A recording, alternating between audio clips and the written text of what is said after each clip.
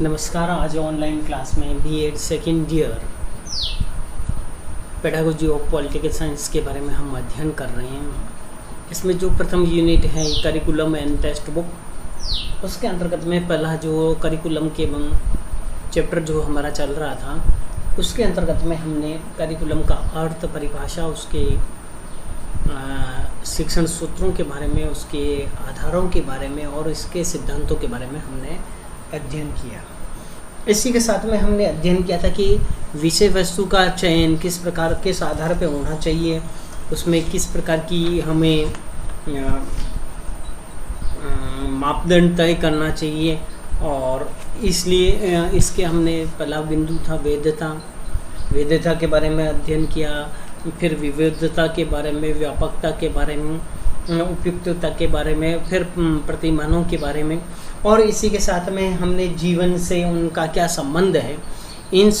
इसके साथ में ही छात्रों की सहभागिता यदि विषय वस्तु के चयन में यदि बढ़ाई जाए तो वह अधिगम बहुत ज़्यादा प्रभावी होता है। मेरा ये मानना है, शिक्षा मनोवैज्ञानिकों का ये मानना है कि अधिगम तभी प्रभावी होगा जब आप अधिक से अधिक छात्र सहभागिता को बढ़ावा देंगे। जब छात्र सहभागिता अधिक से अधिक उसमें भाग लेगी आपके अधिगम में, आपकी लर्निंग टीचिंग में, तो आपका जो अधिगम कार्य है वह बहुत ही आसानी से प्रगति पर चलता रहेगा। तो हमें इन पाठ्य विषय वस्तु के चयन के पश्चात उसको इस प्रकार संगठित किया जाए जिससे छात्रों को उसको आत्मसात करने में, उसको ग्रहण करने में किसी प्रकार की कठिनाइयाँ नहीं हो। अब स्वतः ही प्रश्न उठता है कि सामग्री को किन सिद्धांतों के आधार पर या किन सिद्धांतों के अनुसार संगठित करना चाहिए। बालक को उसको किस प्रकार सरलता से और सुगमता से आत्मसात करें, इसके लिए हमें क्या करना चाहिए, तो उसके बारे में हम आज अध्ययन करेंगे। तथ्यों का संगठन किस प्रकार हो। तो पहला सिद्धांत होता है समन्वय का सिद्धांत। आपने जैसे कि बीएड फर्स्ट ईयर में एक फर्स्ट चैप्टर के अंतर्गत में पढ़ा होगा, जैसे आपकी पॉलिटिकल साइंस है तो उसका पॉलिटिकल साइंस का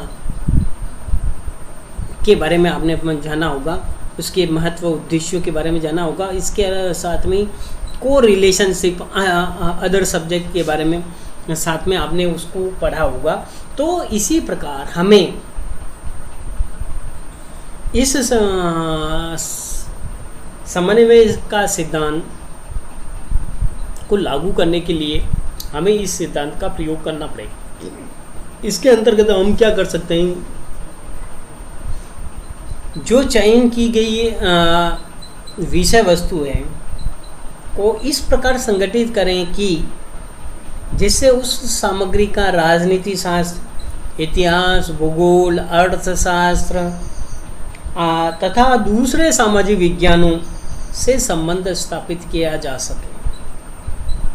यह संबंध शीर्षात्मक भी हो सकता है, अनुप्रस्थीय हो सकता है, यानी प्रत्यक्ष रूप से, अप्रत्यक्ष रूप से उनका संबंध स्थापित किया जाए।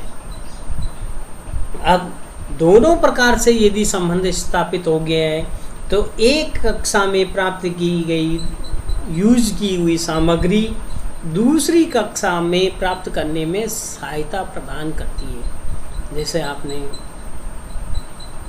वैदिक युग पढ़ा दिया, कक्षा 6 में पढ़ा दिया, 7th में आप उत्तर वैदिक पढ़ा रहे हो, तो अब टीचर का ये दायित्व है कि 6 क्लास में जाए तब उनको ये बताए कि ये वैदिक युग के बारे में हमने अध्ययन कर लिया है, इसके आगे उत्तर वैदिक काल आता है और जिसका अध्ययन आप नेक्स्ट कक्षा में करेंगे। इसी प्रकार जब 7th में पढ़ाते हैं तो वह ये डिस्कस करें कि आप उत्तर वैदिक काल के बारे में अभी पढ़ रहे हैं, इसमें इससे पूर्व आप वैदिक युग या पूर्व वैदिक काल के बारे में आप पढ़ चुके हैं। अब पूर्व वैदिक काल या वैदिक काल के बारे में आपने अध्ययन किया तो उसकी कुछ बातें टीचर के लिए कोई मुश्किल काम नहीं है। यदि कराना चाहे तो बहुत ही सरलतम रूप से वह कर सकता है। वह उसको करना क्या है कि महज 5 से 10 मिनट लगेंगे। 5 से 10 मिनट में छठी कक्षा का ये जो वैदिक युग है उसका सार बताना है बच्चों को, और उसको नेक्स्ट क्लास यानी 7th की उत्तर वैदिक से जोड़कर उसको बताना है कि अपन ने ये ज्ञान पहले प्राप्त कर दिया था और इसके आगे का ज्ञान हम अब इस क्लास में कर रहे हैं। तो ये उसका समन्वय स्थापित करना कहलाता है। तो ये पहला बिंदु हो गया है।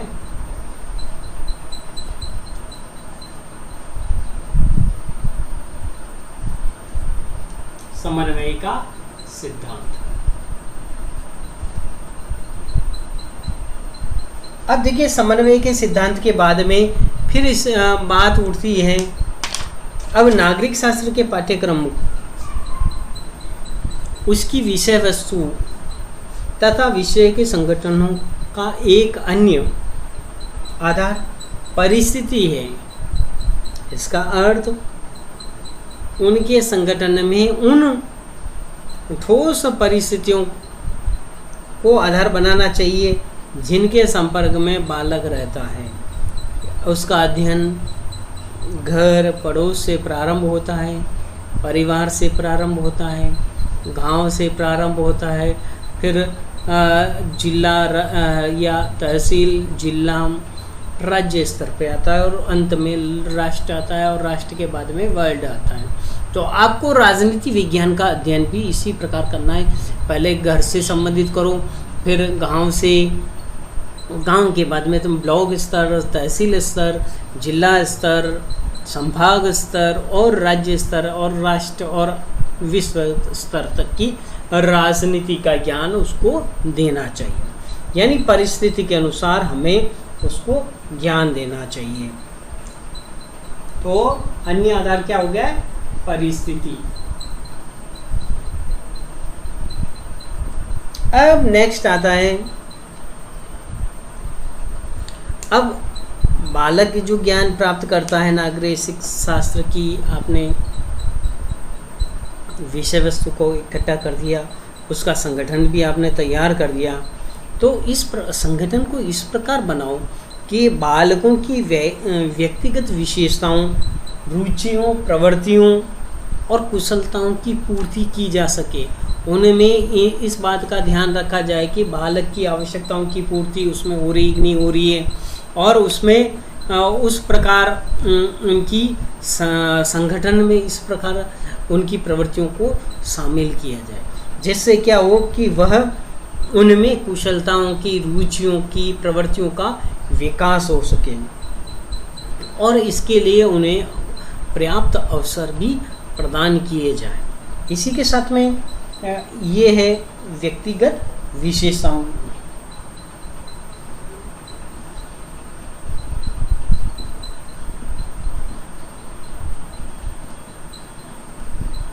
व्यक्तिगत विशेषताओं के आधार।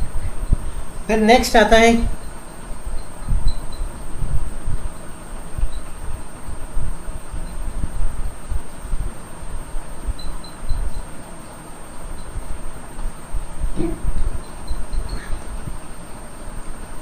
अब राजनीति शास्त्र या नागरिक शास्त्र के पाठ्य जो पठन सामग्री आपके पास में उपलब्ध है, इसको इस प्रकार संगठित किया जाए जिससे बालक शिक्षा का जो शिक्षा के स्थानांतरण के लाभों से वंचित न हो, और इस प्रकार उसको संगठित किया जाए जिसको ग्रहण करके उसका प्रयोग दूसरे, यानी वह दूसरे विषयों में भी उस की सार्थकता को महसूस करें और उसका प्रयोग वह दूसरे विषयों में करें। यानी समान ज्ञानार्जन की बिंदुओं को हम वह बालक दूसरे विषय में भी उसका प्रस्तुतिकरण करे, उसमें ज्ञानार्जन में उसको सहायता मिले। इस प्रकार की प्रवृत्ति का हमें विकास करना है।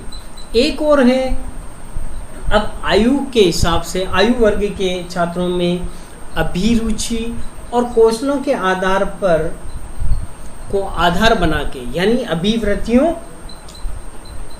नेक्स्ट है अभिवृत्तियों, रुचियों और कौशल को आधार बनाना। इनके आधार पर बनाकर जो विषय वस्तु है उसको संगठित किया जाए, ताकि बालक की रुचि, अभिवृत्ति और उसमें क्या क्या कौशलों का विकास हो सके, इसके लिए हम कार्य कर सकें। तो आज हमने तथ्यों के संगठन के बारे में अध्ययन किया है, जिसमें महत्वपूर्ण ये 5 तथ्य निकल के आए। समन्वय का सिद्धांत के आधार पर, परिस्थिति, व्यक्तिगत विशेषताओं, फिर है ज्ञानार्जन। ज्ञानार्जन का मतलब यहाँ पर समान ज्ञानार्जन के बारे में बताया गया है। फिर आता है अभिवृत्तियों, रुचियों और कौशल के बारे में। इन सबको मिलाकर हमें बालकों को ज्ञान देना है, जिससे क्या हो कि बालक नागरिक शास्त्र की विषय वस्तु को प्रभावी ढंग से अधिगम कर सके और उसको अधिक से अधिक सीख कर वह समाज के लिए उपयोगी बन सके। तो आज का हमारा टॉपिक यहीं समाप्त होता है। जय हिंद, जय भारत।